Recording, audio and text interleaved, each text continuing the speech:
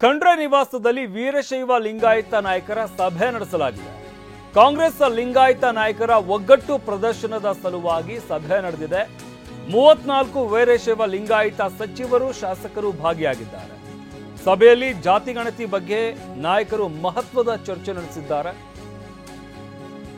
ಸಮುದಾಯದ ನೈಜ ಸಂಖ್ಯೆ ಖಚಿತಪಡಿಸುವ ಬಗ್ಗೆ ಚರ್ಚೆ ನಡೆಸಲಾಗಿದೆ. MB Patil, Lakshmi Hebbalkar, Darshanapur, Shivanand Patil, doctor Sharanprakash Patil, CM ರಾಜಕೀಯ ಸಲಹೆಗಾರ ಬಸವರಾಜ ರಾಯರೆಡ್ಡಿ, ಮುಖ್ಯ ಸಚೇತಕ ಅಶೋಕ ಪಟ್ಟಣ್, ಶಾಸಕ ಬಿಆರ್ ಪಾಟೀಲ್, ಲಕ್ಷ್ಮಣ ಸವದಿ ಸೇರಿದಂತೆ 34ಕ್ಕೂ ಹೆಚ್ಚು ಜನಪ್ರತಿನಿಧಿಗಳು ಭಾಗಿಯಾಗಿದ್ದರು. ಸಮಾಜದ ಆಗು ಹೋಗುಗಳ ಬಗ್ಗೆ ಸುದೀರ್ಘವಾಗಿ ಚರ್ಚೆ ನಡೆಸಲಾಗಿದೆ.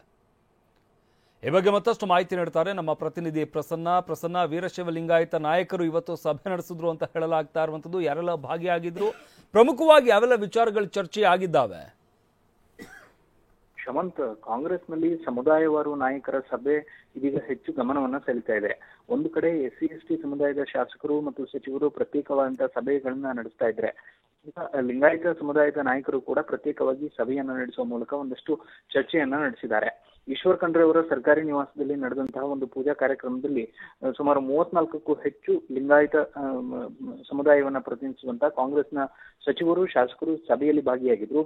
ಈಶ್ವರ್ ಖಂಡ್ರೆ ಸೇರಿದಂತೆ ಒಟ್ಟು 8 ಮಂದಿ ಸಚಿವರು ಕೂಡ ಇವತ್ತಿನ ಸಭೆಯಲ್ಲಿ ಭಾಗಿಯಾಗಿದ್ದು ವಿಶೇಷವಾಗಿತ್ತು. ಜಾತಿ ಜನಗಣತಿಗೆ ಸಂಬಂಧಪಟ್ಟ ಹಾಗೆ ವೀರಶೈವ ಲಿಂಗಾಯತ ಸಮುದಾಯದ ಮಹತ್ವದ ನಿರ್ಣಯಗಳನ್ನ ಈ ಒಂದು ಸಭೆಯಲ್ಲಿ ಚರ್ಚಿಸಲಾಗಿದೆ. ಕಳೆದ ಬಾರಿ ಜಾತಿ ಗಣತಿ ನಡೆದಂತಹ ಸಂದರ್ಭದಲ್ಲಿ ಸಮುದಾಯದ ಅಂಕಿ ಸಂಖ್ಯೆ ಗುರುತಿಸೋದ್ರಲ್ಲಿ ಸಮುದಾಯದ ನಾಯಕರು ಎಲ್ಲೋ ಮಹತ್ವದ ಪಾತ್ರವನ್ನು ವಹಿಸಲಿಲ್ಲ ಅನ್ನುವಂತಹ ಆರೋಪಗಳು ಮತ್ತು ಆಕ್ಷೇಪಗಳಿದ್ವು. ಇದಕ್ಕಾಗಿ ಇದೀಗ ಮತ್ತೆ ಸೆಪ್ಟೆಂಬರ್ 22ನೇ ತಾರೀಕಿನಿಂದ ಅಕ್ಟೋಬರ್ 7ನೇ ತಾರೀಕಿನ ತನಕ ಜಾತಿ ಜನಗಣತಿ ನಡೆಯುತ್ತೆ. ಈ ಸಂದರ್ಭದಲ್ಲಿ ಎಲ್ಲಾ ಒಳಪಂಗಡಗಳನ್ನ ಸೇರಿಸಿಕೊಂಡು ವೀರಶೈವ ಲಿಂಗಾಯತ ಅಂತ ಹೇಳಿ ನಮೂದನ್ನ ಮಾಡಬೇಕು ಅಂತ ಹೇಳಿ ಸಂದೇಶವನ್ನ ರವಾನಿಸುವಂತ ಕಾರಣಕ್ಕೋಸ್ಕರ ಸಾಕಷ್ಟು ಚರ್ಚೆಗಳು ನಡೆದಿದ್ದಾವೆ. ಜೊತೆಗೆ ಕಳೆದ ಬಾರಿ ಆದಂತಹ ಎಡವಟ್ಟುಗಳು ಈ ಬಾರಿಯ ಜಾತಿ ಗಣತಿಯ ಸಮೀಕ್ಷೆ ನಡೆಸುವಂತಹ ಸಂದರ್ಭದಲ್ಲಿ ಆಗಬಾರದು ಮತ್ತು ಎಲ್ಲಾ ಒಳಪಂಗಡಗಳನ್ನ, ಒಳ ಜಾತಿಗಳನ್ನ ಒಗ್ಗೂಡಿಸಿಕೊಂಡು ಒಂದೇ ಲಿಂಗಾಯತ ಧರ್ಮದ ಅಡಿಯಲ್ಲಿ ಹೆಸರನ್ನ ನಮೂದಿಸಬೇಕು ಅಂತ ಹೇಳಿ ಕೂಡ ಚರ್ಚೆಗಳು ನಡೆದಿದ್ದಾವೆ. ಇದಕ್ಕೆ ಸಂಬಂಧಪಟ್ಟ ಹಾಗೆ ಸಚಿವರು, ಶಾಸಕರ ಈ ಸಭೆ ಅತ್ಯಂತ ಮಹತ್ವವನ್ನು ಪಡೆದುಕೊಂಡಿದೆ. ಶಮಂತ್, ಧನ್ಯವಾದ ಪ್ರಸನ್ನ ನಿಮ್ಮೆಲ್ಲ ಮಾಹಿತಿಗಾಗಿ.